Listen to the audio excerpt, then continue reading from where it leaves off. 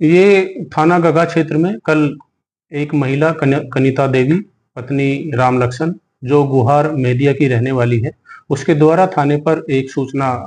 तहरीर के रूप में दी गई थी कि उसके घर पर रात्रि में सुबह लगभग 4 बजे के आसपास 3 अज्ञात व्यक्ति छत के रास्ते आए और उसका हाथ और मुंह बांधकर उसके घर से कुछ जेवर और नकदी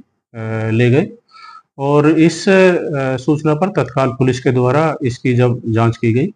तो जांच में पाया गया कि ये महिला पिछले 2 वर्ष से एक फ्यूजन समूह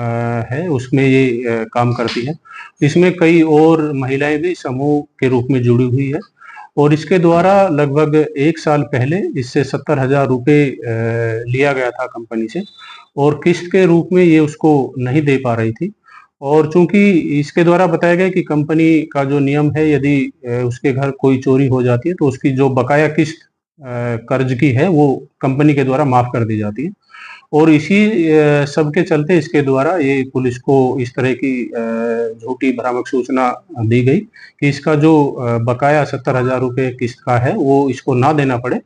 और इसके बाद जब इससे और पूछताछ की गई तो इसके द्वारा जो चोरी हुआ जो जेवर था वो इसके द्वारा अपने ही घर से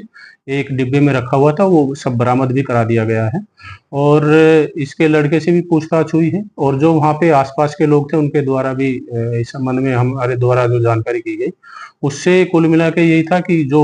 इसके घर पे किसी अज्ञात व्यक्ति का होना आना और जाने का कोई उस तरह का नहीं पाया गया। तो हमें शुरुआत में घटना थोड़ी संदिग्ध लगी और इसी पे हमने जब गहराई से इसकी छानबीन की तो ये सब निष्कर्ष सामने आया। और अब इसमें के द्वारा जो दूसरी हमें तहरीर सही आधार पे जो इसके द्वारा बताया गया उसके संबंध में एक लिखित सूचना इसने थाने को उपलब्ध कराई है,